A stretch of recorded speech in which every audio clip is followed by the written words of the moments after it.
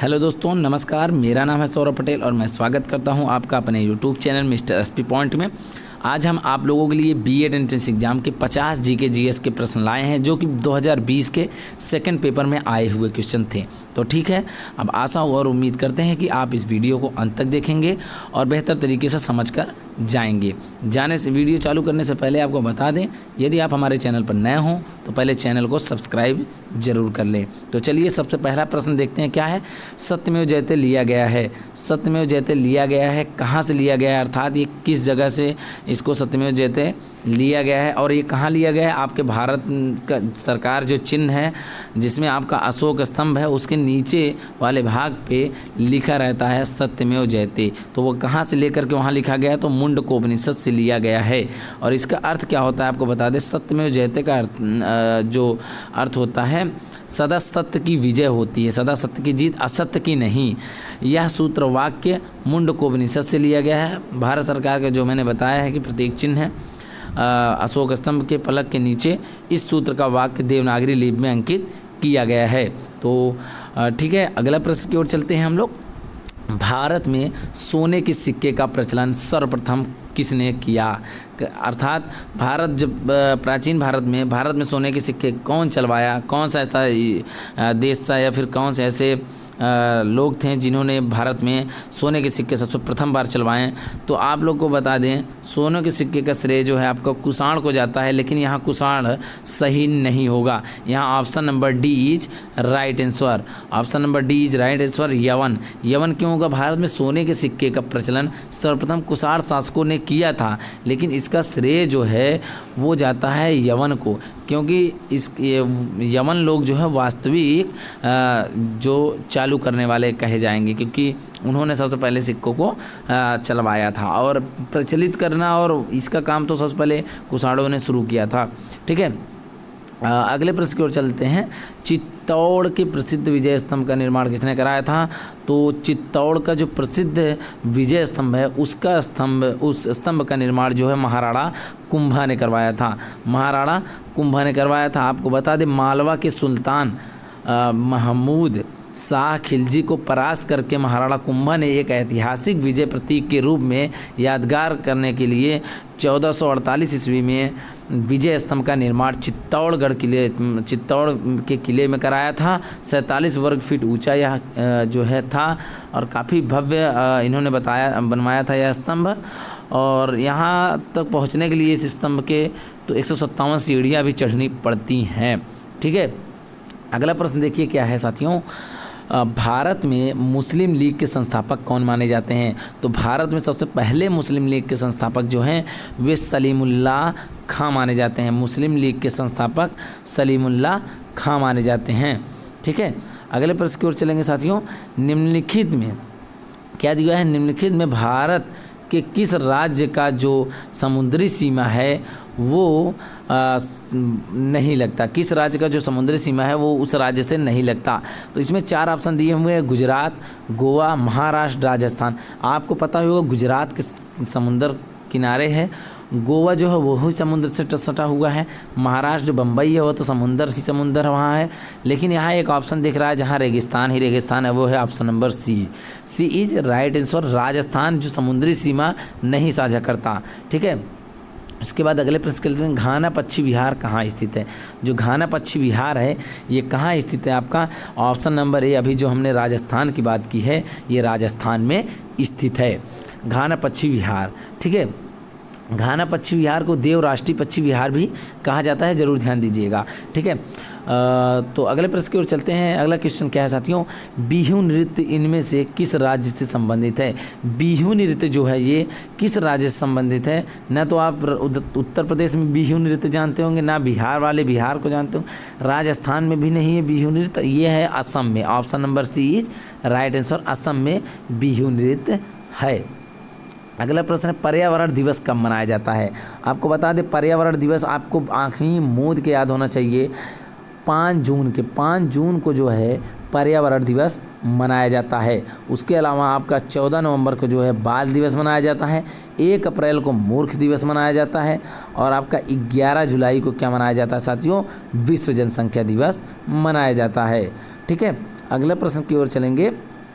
क्या है 59 नंबर प्रश्न है, ऑपरेशन ब्लैक बोर्ड संबंधित था। ऑपरेशन ब्लैक बोर्ड संबंधित है तो आप लोग ब्लैक बोर्ड का संबंध हम आपको एक ट्रिक बता देते हैं। यदि ऑपरेशन ब्लैक बोर्ड आ जाता है तो आप लोग बचपन में याद कर लीजिएगा, जो सेल की आप लोग जो घड़ी का सेल होता था उसको फोड़ करके ब्लैक करके आप अपने बोर्ड पे, जो स्कूल होते थे जो पहले लकड़ी के पल्ले के बने हुए बोर्ड होते थे या फिर दीवार पे सीमेंट बालू के बने बोर्ड होते थे, उसको हम लोग काले से पोतते थे, कहने मतलब उसको लीपते थे। तो जो लोग जानते होंगे इस प्रक्रिया को वो ज़रूर समझ गए होंगे ब्लैक बोर्ड क्या होता था बचपन में, जो स्कूल लाइफ में हम लोगों ने देखा था। तो ऑपरेशन ब्लैक बोर्ड अगर हम ऐसे ही एक संबंध बनाएं तो आप लोग ब्लैक बोर्ड का संबंध शिक्षा से समझ लीजिएगा। ऑप्शन डी नंबर जो है वो राइट आंसर है। ठीक है, तो दोस्तों नेक्स्ट क्वेश्चन की ओर चलते हैं। इलेक्ट्रॉन की खोज किसने की थी? इलेक्ट्रॉन की खोज किसने की थी? तो इसका ऑप्शन है option number B, J Thomson. J Thomson ने इलेक्ट्रॉन की खोज की थी। यहाँ पर भी आपको एक ट्रिक बता देते हैं, ईटा पर नाचे। ईटा का क्या मतलब हुआ? ई से इलेक्ट्रॉन, तो इलेक्ट्रॉन की खोज कौन किया था? J Thomson. टाल से थॉमसन और पर, देखिए ईटा पर ना, पर से प्रोटॉन पास है और रा से रदरफोर्ड ने प्रोटॉन की खोज की। नाचे का मतलब आप समझ लेंगे क्या? ना से न्यूट्रॉन होगा, चा से चैडविक। तो आप समझ गए हैं ईटा पर नाचे, इलेक्ट्रॉन, प्रोटॉन और न्यूट्रॉन की खोज कौन कौन किया था बता दिए। ठीक है, अगले प्रश्न की ओर चलेंगे। क्या है प्रकाश वर्ष किसकी इकाई है? तो आपको पता ही होगा जो प्रकाश वर्ष है वो दूरी की इकाई है। बहुत ईजी क्वेश्चन है साथियों। Option number A is right answer. ठीक है, नेक्स्ट क्वेश्चन की ओर चलेंगे। मनुष्य की लार में उपस्थित एंजाइम होता है। मनुष्य के लार में उपस्थित कौन सा एंजाइम होता है? तो आपको पता ही होगा, आपका होता है जो लार से निकलता है एंजाइम होता है वो टाइलिन होता है। टाइलिन जो होता है वो आपके लार से निकलता है मुंह के, इसीलिए उसे मुंह के एंजाइम जो निकलता है उसे बोलते हैं। लार में लगभग 90% जल, लगभग 10% एंजाइम होते हैं जो कि लार युक्त होते हैं। और लार जो होता है उसमें टाइलिन उसे बोला जाता है जो एंजाइम होता है, और लाइसोजाइम नामक एंजाइम होते हैं। इस प्रकार से जो पाचक सहायक करते हैं। लार कुछ प्रेरक पदार्थों जैसे मरकरी, सीसा, आयोडाइटर्स भी श्रवण करता है। ठीक है, नेक्स्ट क्वेश्चन की ओर चलेंगे। आनुवांशिकता का नियम किसने दिया है? आनुवांशिकता का नियम आपको पता होगा किसने दिया है। पहला ऑप्शन दिया है मेंडलीफ ने, दूसरा दिया है पावलक ने, और तीसरा दिया है कोह ने, और चौथा दिया है मेंडल ने। तो चौथा जो ऑप्शन नंबर डी है वो होगा आपका राइट आंसर। मेंडल ने आनुवांशिकता का सिद्धांत दिया है। ठीक है, नेक्स्ट क्वेश्चन की ओर चलेंगे साथियों। नेक्स्ट क्वेश्चन क्या है? निम्नलिखित उर्वरकों में से घटते इलेक्ट्रॉन मात्रा के क्रम सजाएं। तो घटते इलेक्ट्रॉन मात्रा क्रम को सजाना है तो आपको इसमें बताना है सबसे पहले पे कौन आएगा। तो देखिएगा सबसे पहले पे यूरिया रहेगा घटते इलेक्ट्रॉन क्रमों की संख्या में। दूसरे पे आपको अमोनियम क्लोराइड रहेगा। तीसरे पे आपका रहेगा अमोनियम सल्फेट रहेगा। चौथे पे रहेगा आपका अमोनियम नाइट्रेट। तो पहला, चौथा, दूसरा, तीसरा option number is right answer. ठीक है, नेक्स्ट क्वेश्चन की ओर चलेंगे। स्टेट एंड रिवॉल्यूशन पुस्तक के लेखक कौन है? मैंने पहले ही बता दिया, बहुत सारे तमाम पुस्तकों और गायकों जो लेखक हैं और बहुत सारे तमाम पुस्तक के नाम पूछे जाते हैं, उसको ज़रूर याद करिए, तैयार करिए। तो 65 नंबर का जो राइट आंसर है ऑप्शन नंबर सी, लेनिन ने स्टेट एंड रिवॉल्यूशन नामक पुस्तक को लिखा था। ठीक है, संतोष ट्रॉफी का संबंध किससे है? सबसे बेहतरीन क्वेश्चन है, खेल से संबंधित, स्पोर्ट्स से संबंधित क्वेश्चन है। संतोष ट्रॉफी का संबंध किससे है? आपको पता ही होगा साथियों, फुटबॉल से। फुटबॉल से संबंध आपका संतोष ट्रॉफी का है, क्योंकि संतोष ट्रॉफी की राष्ट्रीय फुटबॉल है, मतलब राष्ट्रीय ट्रॉफी है, जिसका शुभारंभ 1941 में किया गया। यह प्रत्येक वर्ष भारत में आयोजित किया जाता है। ठीक है, नेक्स्ट क्वेश्चन की ओर चलते हैं। तो देखते हैं ओलंपिक खेल 2012 आयोजित होंगे। तो ओलंपिक खेल 2012 आयोजित कहाँ हुआ था? लंदन में हुआ था, लंदन में। ठीक है, नेक्स्ट क्वेश्चन की ओर चलते हैं। आपका टोटल कितने क्वेश्चन हो गए साथियों? टोटल 67 क्वेश्चन हो गए। अगला क्वेश्चन जो है वाटरलू की लड़ाई किस मतलब का वर्ष क्या था? वाटरलू की जो लड़ाई थी उसका वर्ष क्या था? तो वाटरलू की लड़ाई का वर्ष जो था 1815 ईस्वी में था। आपको पता होगा वाटरलू प्रसिद्ध स्पेन में 18 जून 1815 में हुआ था, जो कि बहुत सारे नेपोलियन बोनापार्ट हार गए थे और उसके बाद सेंट हेलेना नामक द्वीप में निर्वासित कर दिया, जहां उसकी मृत्यु हो गई। इस प्रकार से इनका जो है युद्ध हुआ था। ठीक है, अगले प्रश्न की ओर चलेंगे। अगला प्रश्न है 74 नंबर प्रश्न साथियों, निम्नलिखित नदियों में से कौन एक अत्यधिक प्रदूषित भार के कारण जैविक रेगिस्तान भी कही जाती है? ऐसा कौन सी नदी है जो बहुत ज़्यादा प्रदूषित हो गई और उसे एक नाम दे दिया गया जैविक रेगिस्तान? तो ये है आपका ऑप्शन नंबर बी, दामोदर नदी। दामोदर नदी बहुत ज़्यादा प्रदूषित नदी है। ठीक है, दामोदर नदी की जो सहायक नदियाँ हैं, गढ़ी हैं, कोनार है, जमुनिया है, बराकार है, तो इस प्रकार से उसकी प्रमुख नदियां हैं। नेक्स्ट क्वेश्चन की ओर चलेंगे। किसी विधेयक पर मतभेद होने पर संसद के सदनों में संयुक्त बैठक बुलाए जाने की उसकी अध्यक्षता कौन करता है? तो उसकी अध्यक्षता आपको पता ही होगा, किसी भी विधेयक में मतभेद होने पर संसद में जब बुलाया जाता है तो लोकसभा का जो स्पीकर होता है, लोकसभा का जो अध्यक्ष होता है, वही इसकी अध्यक्षता करता है। विंग्स ऑफ फायर किसने लिखी है? फिर एक पुस्तक का नाम आ गया, विंग्स ऑफ फायर किसने लिखी है? तो इसका राइट आंसर है आपका option number D, APJ Abdul Kalam ji ने। डॉक्टर APJ अब्दुल कलाम ने विंग्स ऑफ फायर नामक पुस्तक लिखी है। ठीक है, अगले प्रश्न की ओर चलेंगे। क्या है 77 नंबर प्रश्न है, इको मार्क्स किस उत्पाद पर दिए गए प्रमाण पत्र और प्रमाणन का चिन्ह होता है? तो आपको पता होना चाहिए कि ऑप्शन नंबर बी, पर्यावरण की दृष्टि को अनुकूल बनाने के लिए यह दिया जाता है, अर्थात यह चिन्ह बनाया जाता है। ठीक है, दयाल स्ट्रीट कहाँ स्थित है? दयाल स्ट्रीट कहाँ स्थित है साथियों? तो आपको इसके बारे में अंदाज़ा होना चाहिए। दयाल स्ट्रीट जो है ये आपका ऑप्शन नंबर सी, मुंबई में स्थित है। मुंबई में स्थित है। ठीक है, अगला प्रश्न है, नाबार्ड की स्थापना कब हुई? बेहतरीन क्वेश्चन साथियों। नाबार्ड की स्थापना कब हुई, किस वर्ष में हुई? ऑप्शन नंबर डी है 1982 में नाबार्ड की स्थापना हुई थी। ये क्वेश्चन आ सकता है। और राष्ट्रीय कृषि और ग्रामीण विकास बैंक अधिनियम 1981 का 61वां अधिनियम द्वारा 12 जुलाई 1942 को राष्ट्रीय कृषि ग्रामीण विकास बैंक की स्थापना की गई। तत्कालीन प्रधानमंत्री इंदिरा गांधी द्वारा 5 नवंबर 1982 को राष्ट्र को समर्पित कर दिया गया। राष्ट्र को समर्पित कर दिया गया क्योंकि ये इंदिरा गांधी की सरकार में तुरंत इसको लाया गया था, नाबार्ड को 1982 में। तो नेक्स्ट क्वेश्चन की ओर चलेंगे। भारत में महिला साक्षरता दर कितनी है?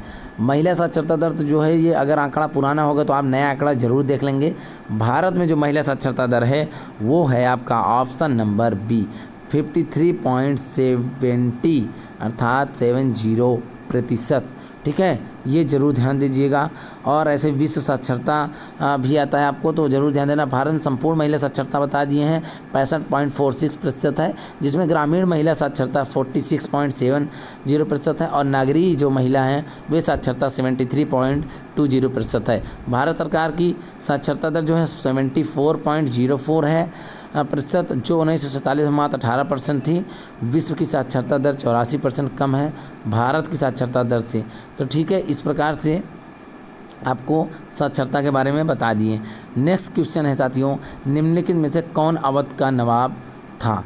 कौन जो है अवध का प्रथम नवाब था, ये पूछा हुआ है आपका इस प्रश्न में। तो ऑप्शन नंबर बी, शहादत खां जो था अवध के प्रथम नवाब शहादत खां अली खां थे 1680 से 1779 तक। अंतिम नवाब वाजिद अली शाह थे। तो ठीक है, पहला नवाब और अंतिम नवाब समझ गए, शहादत अली खां, वाजिद अली खां।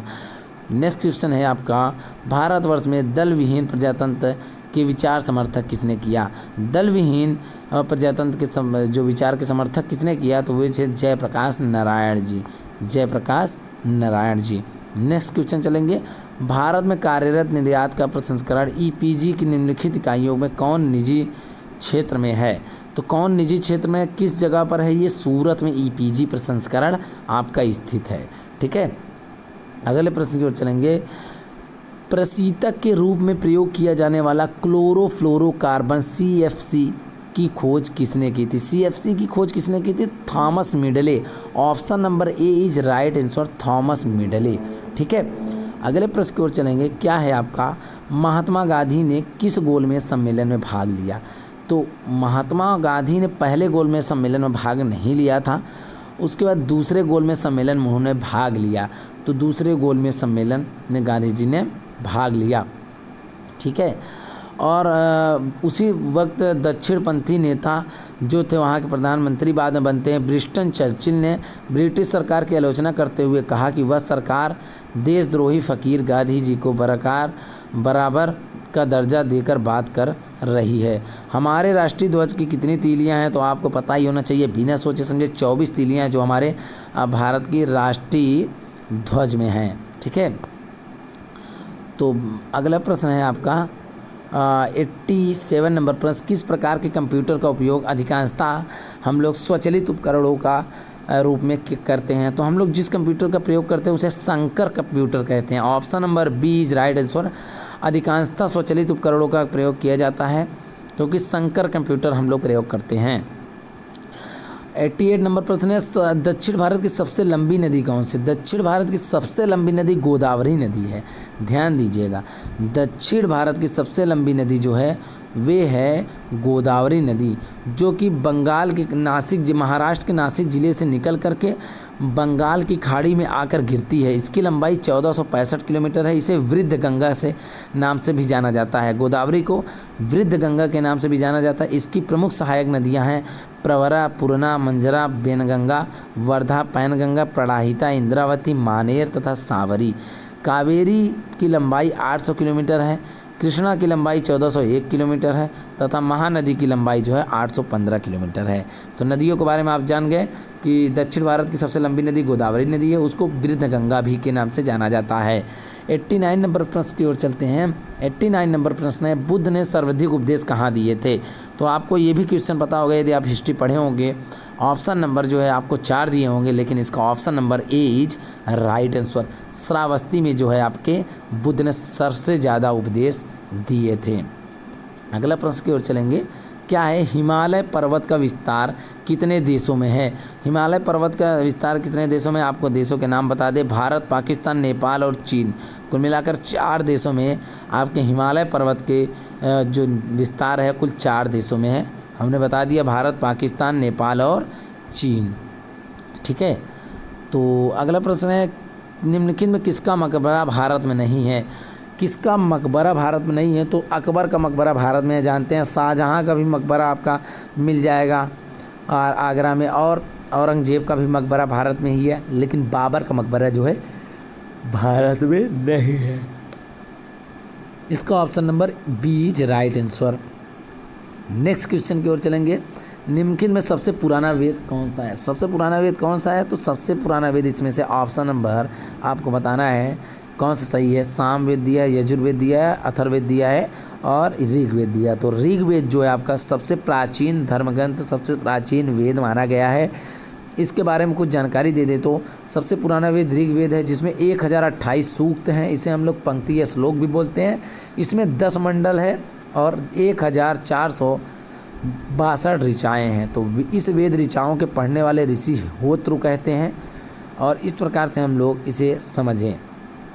अगला प्रश्न, पानीपत की तृतीय लड़ाई में मराठे किससे पराजित हुए थे? जो मराठे थे वे किससे पराजित हुए थे पानीपत के तृतीय युद्ध में? तो वो थे आपके मुगल में बाबर पानीपत का तृतीय युद्ध लड़ा हुआ था। और कहा जाता है पानीपत का तृतीय युद्ध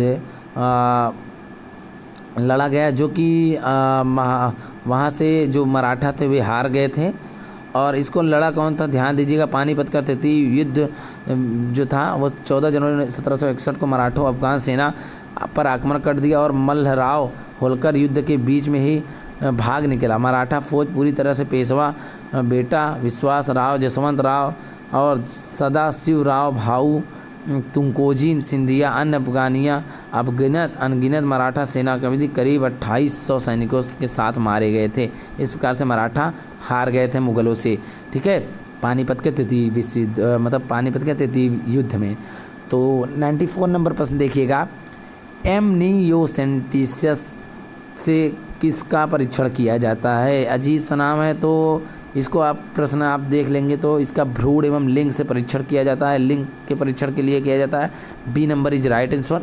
95 नंबर प्रश्न देखिए, निम्नलिखित में से किस सब्जी का सर्वाधिक लोहा पाया जाता है। आपको बता दें, आपका पालक में सर्वाधिक लोहा पाया जाता है, आयरन पाया जाता है, और पुदीना में पाया जाता है, तिल में भी पाया जाता है, लेकिन सबसे ज़्यादा मेथी में पाया जाता है। ऑप्शन ए जो है राइट आंसर, ठीक है। ऑप्शन ए में सबसे ज़्यादा आयरन पाया जाता है आपका, ठीक है। अगले प्रश्न की ओर चलेंगे साथियों। डायजीपाम नामक रसायन की प्रकृति किस प्रकार की है। तो किस प्रकार की यह प्रकृति है, तो anaesthetic option number D is right answer. सामुद्रिक जल की औसत सामान्य लवणता क्या है। औसत सामान्य लवणता जो है उसको बताना है आपका। समुद्री जल की औसत सामान्यता लवणता जो है 35% है, 35% है। Option number D is right answer. And 98 number प्रश्न है, अल्पाइन पर्वत निर्माण घटित हुआ। अल्पाइन पर्वत निर्माण कहाँ घटित हुआ, तो ये आपको पता होगा, तृतीयक युग में घटित हुआ अल्पाइन पर्वत निर्माण युग। इसको हम लोग option number D is right answer कहेंगे। किस फसल के लिए काली मिट्टी सर्वाधिक अनुकूल होती है। आपको पता होगा, कपास की जो फसलें हैं उनमें यदि काली मिट्टी के जगह पर उसे खेती किया जाएगा तो बहुत ज़्यादा फ़ायदेमंद होता है, सर्वाधिक अनुकूल होता है। कि आपको बता दें कि जो लोहा, मैग्नीशियम, चूना, एल्युमिनियम की अधिकता होती है काली मिट्टी में, और यह मिट्टी 10 डिग्री से 25 डिग्री उत्तरी अक्षांश से 73 डिग्री से 80 डिग्री पूर्वोत्तर देशांतर के बीच इसे रेगुलर मृदा के रूप में भी देखा जाता है, कहा जाता है। सबसे लास्ट प्रश्न है आपका, 1 रुपये के नोट पर किसके हस्ताक्षर होते हैं। आपके लिए बड़ा सवाल है ये, 1 रुपये के नोट पर किसके हस्ताक्षर होते हैं। तो ऑप्शन नंबर इसका राइट आपको बताना है, तो option number C is right answer. तो वित्त सचिव, क्योंकि 1 रुपये के नोट पर भारतीय वित्त मंत्रालय द्वारा जारी किया जाता है और आरबीआई इसको जारी नहीं करती है, जिस पर केंद्रीय वित्त सचिव का हस्ताक्षर होता है, जबकि अन्य नोटों पर अनुक्रमण यह था 2, 5, 20, 50, 100 और 500, 1000, 2000 भारतीय रिजर्व बैंक के गवर्नर का हस्ताक्षर होता है, आरबीआई के गवर्नर का हस्ताक्षर होता है, लेकिन 1 रुपये पे वित्त मंत्रालय के वित्त सचिव का जो है हस्ताक्षर होता है। और इस प्रकार से उन्हीं के नियंत्रण में इन नोटों का निर्गमन Dewas, Nashik security printing press द्वारा किया जाता है। बम्बई में आपकी आरबीआई स्थित है, जो कि भारत के बैंकों का बैंक कहा जाता है, भारत की सबसे बड़ी बैंक है। और इस प्रकार से आपका मॉनेटरी पॉलिसी को भी भारत की आरबीआई ही हैंडल करती है। आज हमने आपको जीके के जो 50% 2020 के सेकंड पेपर में आए हुए थे उसको बता दिए। नेक्स्ट क्वेश्चन में 2019 का फर्स्ट पेपर के 50% जीके जीएस के लाने वाला हूं। यदि आप पिछले वीडियोज हमारे नहीं देखे हैं तो जाइए उसी प्लेलिस्ट में लिंक से ओपन करके देख लीजिए, और वहाँ से आपको सारे वीडियोज़ मिल जाएंगे, क्योंकि आप पुराने वीडियोज़ भी और जो मैंने बताया वो भी देख लेंगे तो बेहतर होगा। और चैनल को सब्सक्राइब कर लीजिएगा, वीडियो को ज़्यादा से ज़्यादा शेयर करिएगा साथियों। मिलेंगे नेक्स्ट वीडियो में। बहुत बहुत धन्यवाद, बहुत बहुत आभार।